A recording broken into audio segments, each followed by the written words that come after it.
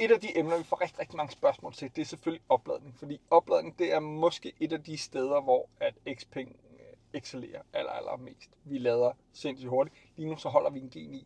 Den er altså opgivet til at lade med en max effekt på 300 kW. Og så er der det helt klassiske spørgsmål, der hedder, jamen, altså der står max 300 kW. Hvorfor lader den ikke med 300 kW, når jeg kommer ind på en Ionity eller en Clever lynlader? Og der er der nogle forskellige forklaringer på. Dels så er det rigtig vigtigt, at batteriet har den optimale temperatur. Det gør du ved enten at gå ind her i din opladningsmenu, hvor du selv automatisk skal sætte den til at forvarme. Så kommer der 3 små streger herovre på batteriet, og så kan du se den forvarmer. Man kan også gøre det automatisk ved, at når du går ind i din menu og sætter en ladedestination ind, du vælger selvfølgelig din lynlader, fordi du vil gerne have, at det går hurtigt. Så når du vælger, den er 6 meter væk, fordi nu holder vi af gode grunde på en Clever-lader, fordi vi lige skal snakke lidt om det. Den sætter du på, og så vil bilen automatisk gå ind og forvarme, så den har den optimale temperatur, når du ankommer til lynladeren. Lige nu her, så holder vi på en af Clevers lynladestationer. Og der står, når du kigger ud på tavlen der, at den kan lade med 300 kW. Og det vil jo i den ideelle verden være helt perfekt for en G9. Men det du også lige skal være opmærksom på, det er, at på en Clever-lader, så er der 2 udtag. Og det vil sige, holder der 2 biler og lader samtidig, så bliver det output, det bliver delt mellem de 2 lader. Det vil sige, at du får maksimalt 150 kW ud af en lader, hvis der holder en ved siden af og lader. Sidst, men ikke mindst, så handler det også rigtig meget om, hvor meget strøm du har på din bil. Fordi jo mere strøm der er på, jo mere energi der er i batteriet, jo sværere er der at klemme strøm på hurtigt. Så det vil automatisk sige, at du har typisk en ladekurve, som når du er nede på lave procenter, så kommer den højt op, og jo mere du ligesom får stoppet i batteriet, jo mere vil den ligesom dale i ladehastighed. Der, hvor du virkelig oplever max, det er nede omkring de der 10% strøm. Mellem 10 og 20% strøm. Det er der er allermest plads på batteriet, og det er der, du bare kan kaste strøm ind på batteriet. Den bedste måde at sammenligne det på er i virkeligheden, hvis du tager en bogreol. Du kommer ind med 10% fyldte bøger, hvis det giver mening. Og der er det altså nemt at bare finde plads til alle bøgerne og bare begynde at kaste dem ind. Men i takt med, at du bare kaster bøgerne ind, så bliver bogreolen fyldt op, og lige pludselig så skal du bruge endnu mere energi på at ligesom finde de rigtige pladser. Og det tager længere tid, og derfor så vil i gåseøjne ladehastigheden også dale i forhold til, hvor hurtigt du kan få bøgerne ind.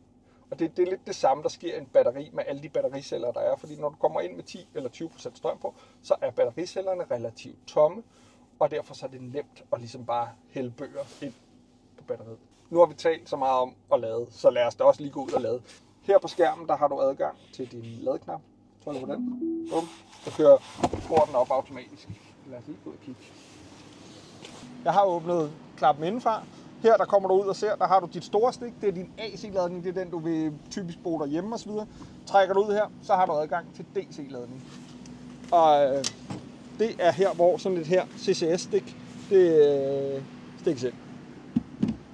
Stikker den i. Du scanner. Den godkender. Og så kan du se, der er allerede en, der lader her lige ved siden af. 22% med 58 kW. Det tænker jeg, at vi godt kan gøre bedre, selv med 42% strøm på vores batteri. Og det er vigtigt også bare lige at sige i det her, det er ikke best case scenario. Vi er altså kommet ind, vi har ikke forvarmet batteriet eller noget som helst andet. Det er koldt. Og hvis du lige prøver at komme over og kigge på skærmen her. Det her, det er der mange biler, der sådan grundlæggende set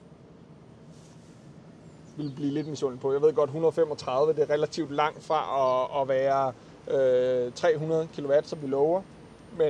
Men i en situation, hvor vi ikke har forvarmet, det er omkring 0. Vi har relativt meget strøm på batteriet, så det er stadig ret godt. Vi ligger her. Vi lader med 145 kW, 146 kW. Og I skal huske på, at der holder en bil lige ved siden af os. Det vil sige, at vi deler outputtet, så jeg vil aldrig nogensinde komme over 147 kW. Og det vil man vide, hvis man kører G9. Fordi det er tit der, du ender, når det er, du skal dele ladestandarden med en anden. Men det her det er altså også en relativt hurtig ladehastighed. Og tiden, den kan du lige bruge på en lille omgang meditation. Så lad os ind og gøre det. Det suger på med strøm. Det er jo meget rart. Men hvis du gerne vil lave noget andet, end at bare sidde og doomscrolle på din telefon, så kan du hoppe ind i vores mindfulness-program. Det gør du der. tænker jeg ikke, at jeg tager fotografen, men nu tager jeg bare mig selv. Det bliver lidt søgt det her, ikke? Men det er faktisk meget rart. Skal vi tage øvelse i taknemmelighed? Ja, det synes jeg. Ja. Så går den i gang.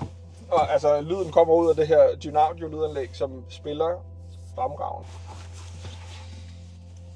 Today's theme is appreciating the day. As always, if you would like to journal along, you can pause after each prompt to give yourself more time to write and reflect. Okay, det er måske, altså det kan godt blive lidt føle for nogle mennesker, men ikke desto mindre, så giver det jo faktisk lige en lille pause. 20 minutters pause i en almindelig, hurtig hverdag. Nu kan I se, vi ligger her, vi deler som sagt stadig laderen med en anden, og den hakker altså bare strøm på batteriet. En anden ting, man også kan, når man sidder her, så kan man kigge på det her, fordi det er i virkeligheden nok noget af det, der er allermest interessant. Jo fladere og højere du kan have den her kurve, desto bedre. Fordi en ting er, at du kan love, at du har en høj maksimal ladeeffekt. Men hvis den bare går op og piker, og så ligger sig ned og ligger og ruder omkring 100, så er det lidt ligegyldigt. Så det er din gennemsnitlige ladetid, som du skal være opmærksom på. Fordi det er i virkeligheden den, der gør, at din ladestop bliver ultra hurtig, som de gør en GNI.